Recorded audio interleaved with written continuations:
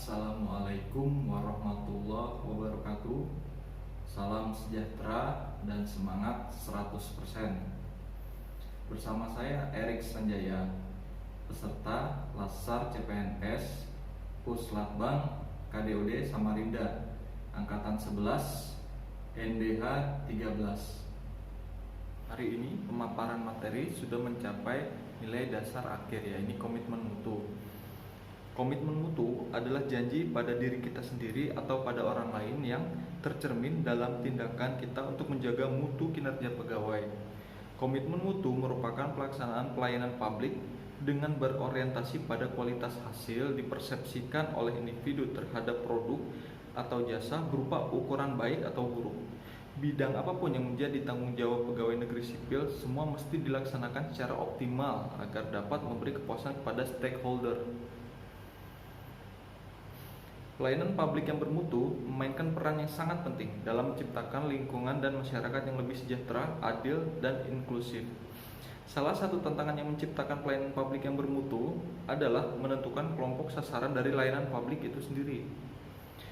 Proses implementasi manajemen mutu diawali dengan menganalisis masalah yang telah diidentifikasi, kemudian menyusun rencana mutu, melaksanakan pekerjaan berbasis rencana mutu, mengawal pelaksanaan, mengawasi ketercapaiannya, dan merancang upaya peningkatannya agar dapat membangun kredibilitas lembaga pemerintahan. Nah, faktor-faktor yang bisa menjadi pendorong sekaligus menghambat upaya untuk meningkatkan kinerja aparatur yang kreatif, inovatif, dan komitmen terhadap mutu antara lain yaitu perubahan pola pikir atau mindset aparatur, lalu pergeseran budaya kerja, perbaikan tata kelola pemerintahan atau good corporate governance. Kemudian nilai-nilai dasar komitmen mutu.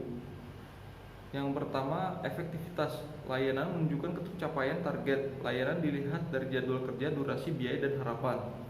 Kemudian efisiensi layanan menunjukkan proses layanan yang tidak berdampak pada pemborosan, diukur dari penggunaan waktu kerja, biaya yang harus dibayarkan, tenaga yang dikeluarkan untuk mencapai target dan mewujudkan harapan.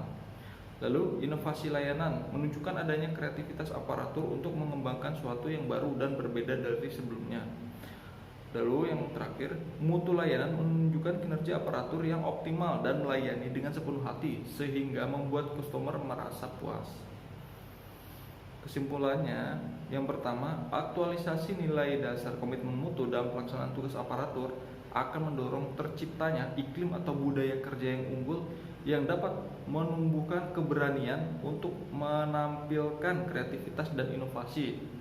Dengan demikian, pergeseran orientasi kerja diarahkan untuk memotivasi aparatur mengubah mindset menuju layanan bermutu. Lalu kesimpulan kedua, setiap aparatur mesti memiliki sense of quality dan semangat belajar tinggi sehingga menimbulkan keberanian berpikir alternatif, berani bertanya, dan bahkan berbeda pendapat demi untuk kebaikan dan kemajuan bangsa dan negara dalam menghadapi globalisasi. Nah, dari pemaparan tadi, makna yang dapat diambil ialah yang pertama, saya mampu mendeskripsikan karakteristik ideal dari tindakan yang efektif, efisien, inovatif, dan berorientasi mutu dalam penyelenggaraan pemerintahan dan pelayanan publik, dan juga memberi contoh nyata pemberian layanan publik yang efektif, efisien, inovatif, dan berorientasi mutu. Lalu rencana aksi yang akan saya lakukan ialah saya akan terus belajar dan berinovasi untuk mengembangkan hal baru dalam pelayanan yang pastinya akan semakin baik, juga meningkatkan kualitas mutu dari pelayanan tersebut. Sekian pemaparan dari saya. Terima kasih atas atensinya. Salam Angkatan 11, pasti bisa 100% menjadi ASN yang unggul dan berprestasi.